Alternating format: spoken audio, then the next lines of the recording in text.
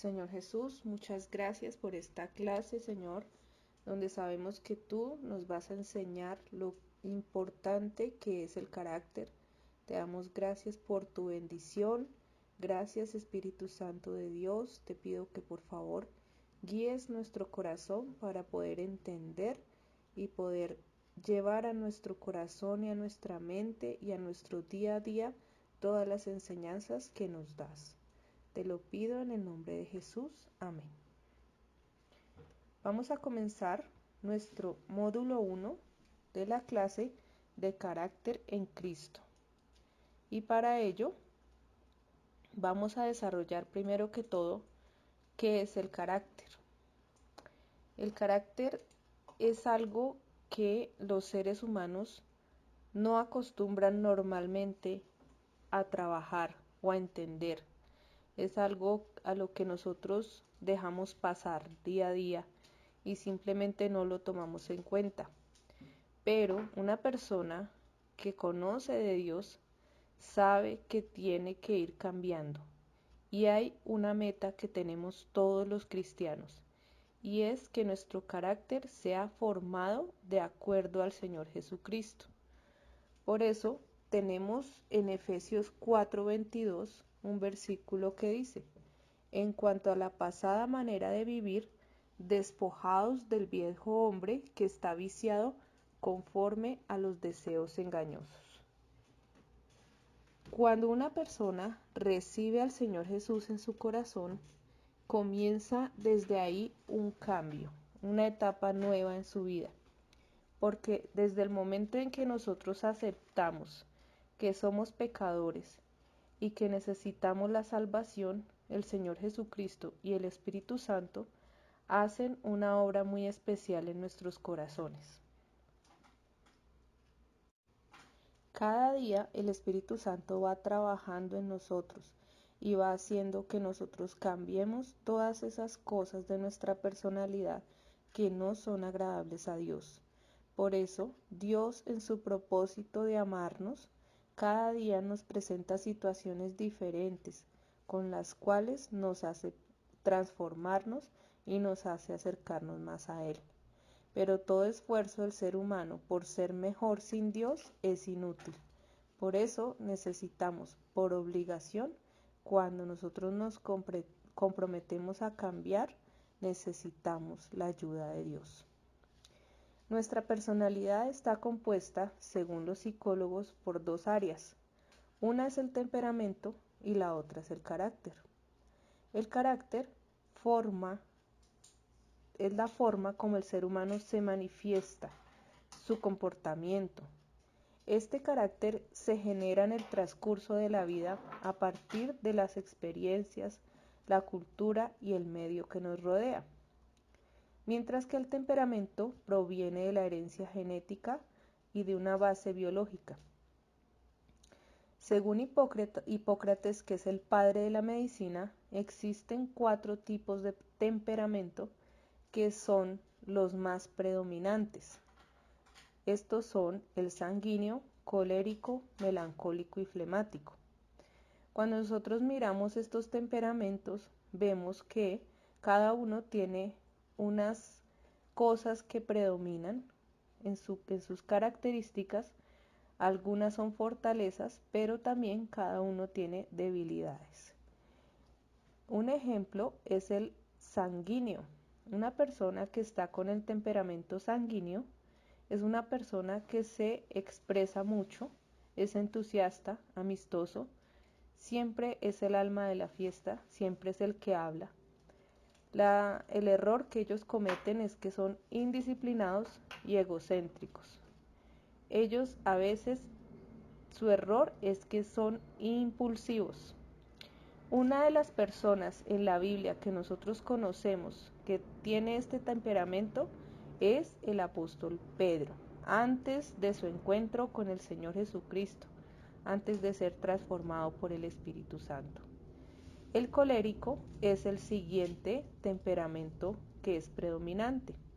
Las personas que tienen este temperamento son líderes, son visionarios, independientes, decididos, son bastante callados. y el error que ellos tienen es que son negativos, fríos, dominantes y egoístas. Un ejemplo de estas personas en la Biblia tenemos al apóstol Pablo. Él fue una persona que en su inicio era una persona que era muy radical, que era un buen líder, pero él tuvo que ser transformado por el Espíritu Santo por los defectos que tenía. También tenemos el otro temperamento que es el melancólico. Las personas que pertenecen a este grupo son bastante analíticos, estratégicos, muy buenos trabajadores. El problema de ellos es que son muy susceptibles y negativos, son bastante sentimentales y algunas veces lloran, algunas veces se deprimen con facilidad. Los melancólicos, por su susceptibilidad y por la forma de ser como son muy dados a las artes, a la música, a la poesía. Y por último, tenemos el temperamento flemático. En el temperamento flemático encontramos personas que son muy tranquilas, que son muy confiables, muy calmadas. Sus errores, no tienen mucha motivación para hacer las cosas y son indecisos. Generalmente las personas que pertenecen al temperamento flemático son bastante calmados y no se mueven a hacer las cosas, no tienen motivación. Cuando nosotros miramos en la Biblia, los personajes, cada uno en su personalidad demostró tener algunas influencias a alguno de esos temperamentos. Como decía antes, el apóstol Pedro fue clasificado en el temperamento sanguíneo. Resulta que el apóstol Pedro siempre era el que hablaba y algunas veces por ser impulsivo cometió varios errores. Pero después de el día de Pentecostés, que fue cuando el Espíritu Santo vino sobre todos los apóstoles, el apóstol Pedro fue revestido del poder del Espíritu Santo. Y ese liderazgo que él tenía y esa aptitud de siempre estar hablando, lo llevó a pararse ante una multitud donde predicó un mensaje poderoso que hizo que 3,000 personas se convirtieran al Señor. El apóstol Pedro, después de ser una persona inestable, indisciplinada y orgullosa, se volvió una persona que demostró tener el carácter de Cristo. Tanto fue así que llegó a morir por el mismo Señor. Y dice la historia que ni siquiera quiso morir crucificado como el Señor, sino que pidió que lo crucificaran con la cabeza hacia abajo. Luego encontramos el siguiente ejemplo, que es el apóstol Pablo. El apóstol Pablo se caracteriza por tener un temperamento colérico. Él en sus inicios era frío, terco, dominante y egoísta. No pensaba en cómo estaban sufriendo los cristianos, los perseguía y fue muy radical en lo que él pensaba, hasta que tiene un encuentro con el mismo Señor Jesucristo. Allí su transformación fue dramática, allí su conducta fue totalmente cambiada y después de ser una persona que perseguía a los cristianos, se convirtió en una de las herramientas poderosas de Dios para llevar el Evangelio a los gentiles. Él estuvo recorriendo bastantes ciudades, iniciando iglesias, enseñándole a muchos discípulos. Incluso muchos de sus discípulos se convirtieron en pastores, evangelistas, predicadores de la palabra. Y él también entregó su vida al servicio del Señor. Tuvo una vida bastante difícil porque lo llevaban preso y lo hacían sufrir mucho. Pero esa misma actitud de su carácter, de ser una persona tan firme, hizo que fuera firme hasta el último día de sus días, donde murió en manos del emperador en Roma. Luego encontramos a Tomás. El apóstol Tomás está en la palabra como uno de los que componían el grupo de los 12. Cuando él inicialmente se vuelve discípulo del Señor Jesús, tiene algunas actitudes variables, negativas y susceptibles. Se quejaba bastante y tenía una actitud muy negativa frente a todo el grupo y frente al mismo Señor Jesús.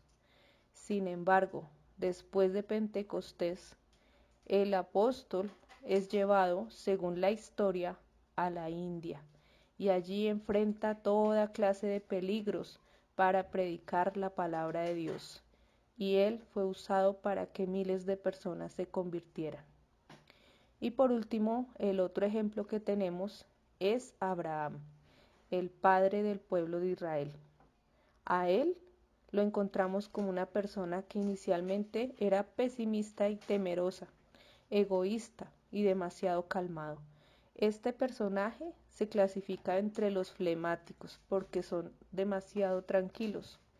Después de que él empieza a andar con el Señor Jesús, él cambia su actitud porque anteriormente, en 2 oportunidades, su temor lo llevó a negar a su esposa y hacerla pasar por su hermana.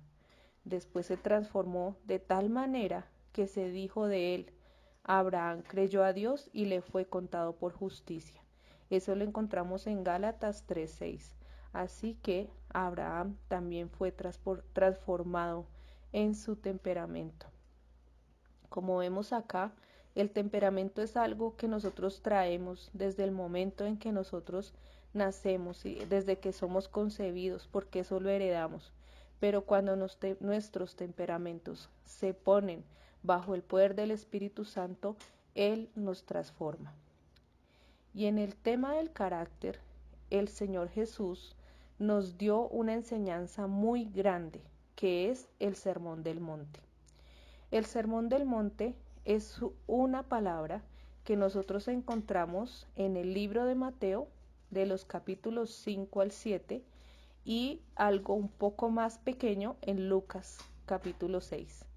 Allí nosotros encontramos un discurso que da el Señor Jesús ante una multitud, donde da diversas enseñanzas que tienen que ver con la forma de ser que Dios quiere que tengamos nosotros, con el carácter que quiere el Señor que nosotros tengamos.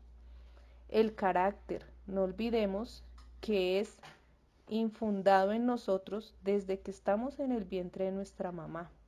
El carácter tiene que ver con la forma como nosotros nos comportamos y el carácter se va conformando de acuerdo a lo que nosotros vivimos desde la niñez.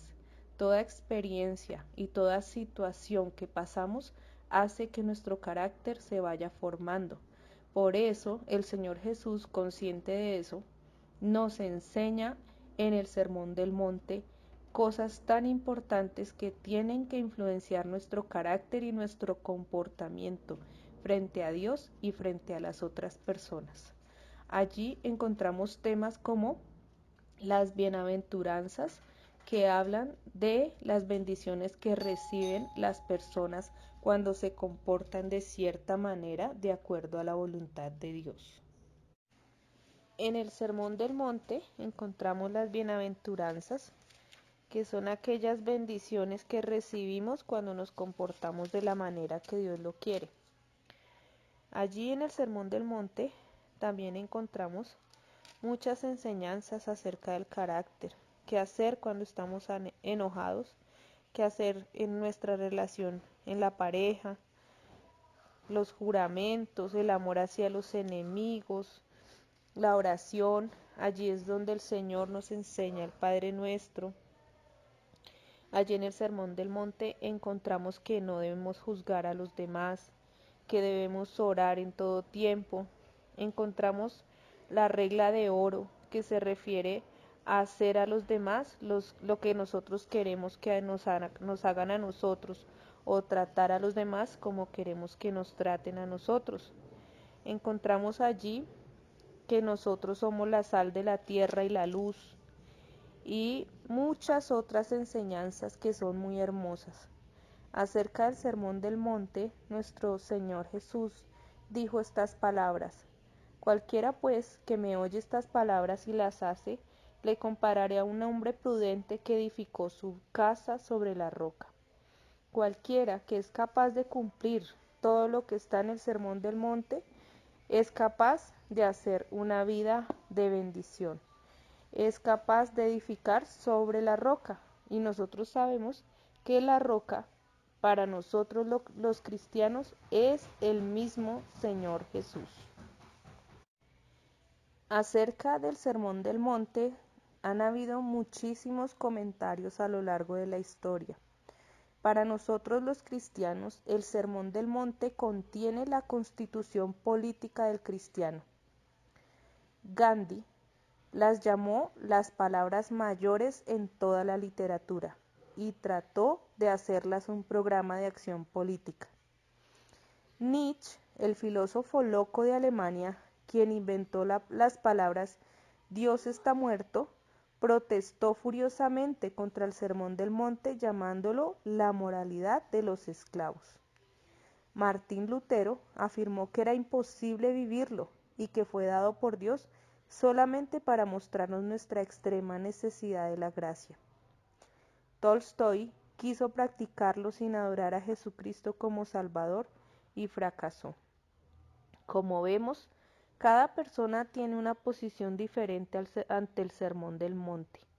Lo que nosotros debemos saber es que aunque es muy difícil lograrlo, nosotros podemos salir adelante y lograr muchas cosas en nuestro carácter si nos lo proponemos y si contamos con el Señor Jesús para lograrlo. El versículo base que vamos a usar para tratar el tema del carácter lo encontramos en Gálatas 5, 22 y 23, donde dice: pero el fruto del Espíritu es amor, gozo, paz, paciencia, benignidad, bondad, fidelidad, mansedumbre, dominio propio. Contra tales cosas no hay ley. El carácter que nos da el Espíritu Santo es esa forma como nosotros nos comportamos frente a las demás personas. Si nosotros ante los demás actuamos en amor, si nosotros ante Dios actuamos en amor y lo ponemos a Él primero que todas las demás cosas. El gozo, que nos habla de mantener una actitud siempre alegre, a pesar de las circunstancias, porque confiamos que el Señor está con nosotros y que cualquier situación, por difícil que parezca, siempre desde que estemos con el Señor, nos llevará a lograr algo bueno. La paz, que hace que nosotros, aun en medio de las tormentas, confiemos en el Señor y avancemos, tomados de su mano. La paciencia, que nos ayuda a saber esperar las bendiciones de Dios, porque aquel que confía en el Señor, ciertamente en algún momento recibirá la bendición. La benignidad, que nos hace a nosotros inclinarnos a hacer las cosas bien, inclinarnos a aprender a ser como el Señor Jesucristo, que todo lo que hacía era bueno y era agradable. La bondad, que nos hace pensar en el bienestar de las demás personas, que nos hace ayudar a los demás y dejar de ser egoístas para pensar en el bienestar de los demás. La fidelidad, que nos hace ser confiados en el Señor y estar siempre firmes en la fe. La mansedumbre, que nos hace ser mansos a pesar de que otros intenten hacernos daño o nos hagan sentir mal, siempre mantenernos mansos. El dominio propio, que hace que tengamos control sobre nuestros pensamientos y nuestras actitudes en todo momento, independientemente de cómo nos encontremos, si de buen genio, si de mal genio, si tristes. El dominio propio hace que tengamos control. Como vemos, formar el carácter de Cristo en nuestro corazón es algo muy importante, porque el mismo Señor Jesucristo encarnó estas 9 cualidades. Él era abundante en todo el fruto del Espíritu Santo. abundante en amor, en gozo, en paz, en paciencia, en benignidad, en bondad, en fidelidad, en mansedumbre y en dominio propio. El Señor Jesucristo siempre supo cómo debía comportarse porque buscaba hacer la voluntad del Padre y porque sabía que el Espíritu Santo lo guiaba en ese fruto. En Mateo 11:29 encontramos unas palabras que dijo el Señor Jesús: Llevad mi yugo sobre vosotros y aprended de mí, que soy manso y humilde de corazón, y hallaréis descanso para vuestras almas. Cuando nosotros nos imaginamos el yugo, es un elemento que colocan sobre los bueyes, y los bueyes deben caminar derecho. Por eso hacen que el yugo amarre a uno de los bueyes al otro. Generalmente colocan a un buey que es de más edad con uno joven, porque el joven tiene la tendencia a irse por cualquier lado, mientras que el buey de mayor edad sabe caminar derechito, y al caminar derecho y al estar atados por ese yugo, hace que el buey joven camine por donde debe ser.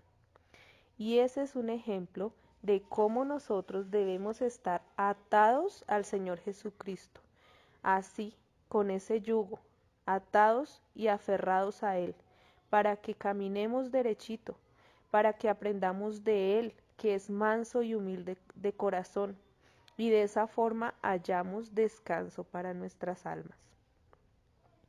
Él quiere que nosotros seamos mansos y humildes de corazón, y no es fácil, porque nosotros tenemos la tendencia como seres humanos a defendernos, a pelear, a poner por encima de nosotros y de los demás nuestros propios pensamientos.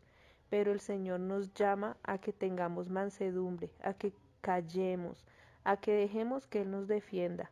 También nos manda a ser humildes de corazón. Por eso el yugo sobre el cuello del animalito lo hace inclinar la cabeza, porque muchas veces el orgullo no deja que nosotros tengamos el carácter de Cristo. Una persona que no es mansa, sino que al contrario le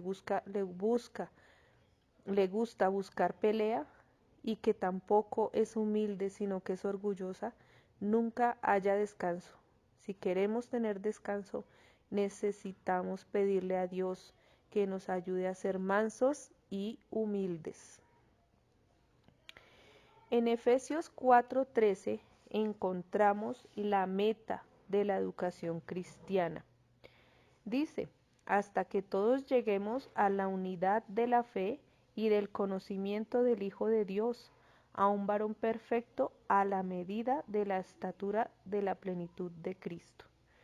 Según este versículo y otros que encontramos en la Biblia, el carácter de Cristo es el fin último de toda educación cristiana. Conformarse con menos es perder el punto del crecimiento espiritual. Es decir, nuestra meta, siempre como cristianos, en el área de carácter, es tener el carácter de Cristo. Para eso necesitamos ser unidos en la fe, creer todos en el mismo Señor. También necesitamos conocer al Señor Jesús, y esto lo alcanzamos a través de la palabra de Dios. Necesitamos ser personas perfectas, y lo podemos hacer a medida que el mismo Señor Jesús y el Espíritu Santo nos van perfeccionando. Y también tenemos una meta, que es la medida de Cristo. Eso lo logramos si no nos conformamos, si cada día luchamos por ser mejores, si no nos excusamos detrás de cualquier pretexto para no ser personas mejores. Una persona que dice palabras como yo soy así y así me quedo y nadie me puede cambiar, es una persona que no está dispuesta a dejarse transformar por el Señor Jesús. Y ese es un error terrible, porque lo mejor que puede pasar en nuestra vida es que nos dejemos transformar a la medida de Cristo. En el tema de carácter encontramos 6 ideas principales que podemos tomar.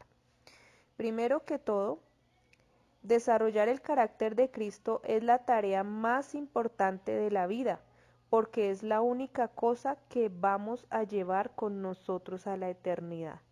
Muchas personas desgastan su tiempo y sus pensamientos en cosas que no van a ser para la eternidad, en cosas que son perecederas. Pero cuando nosotros desarrollamos el carácter de Cristo, esto es un regalo que podemos tenerlo hasta la eternidad. La segunda idea dice, Jesús lo dejó bien claro en su Sermón del Monte, en que la recompensa eterna en el cielo estará basada en el carácter que desarrollamos y demostramos aquí en la tierra. Es que el Señor Jesús quiere que nosotros tengamos una recompensa en el cielo, y esa recompensa se basa en el trabajo que nosotros hacemos desarrollando nuestro carácter. Es un trabajo que nosotros tenemos que tener la actitud y las ganas de hacer, que aunque el Espíritu Santo es el que obra en nosotros para lograrlo, nosotros tenemos que disponer nuestro corazón para poder trabajar cada día en ser mejores. La tercera idea dice, el objetivo de toda nuestra enseñanza debe ser cambiar vidas, no solamente proveer la información.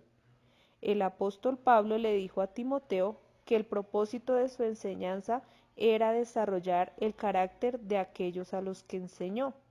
En 1 Timoteo 1:5 dice, pues el propósito de este mandamiento es el carácter de aquellos del amor nacido de corazón limpio y de una buena conciencia y de fe no fingida. Asimismo, Pablo le dijo a Tito lo mismo. Tú, en cambio, predica lo que va de acuerdo con la sana doctrina. Todo lo que nosotros hablamos y enseñamos a los demás debe ser basado en la sana doctrina, y la sana doctrina solo proviene de la Biblia. Eso nos ayuda a aprender el carácter y a enseñarlo a los que nos rodean. Y eso ayuda a las personas a que cambien sus vidas. La cuarta idea dice, el carácter nunca se construye en un salón de clases.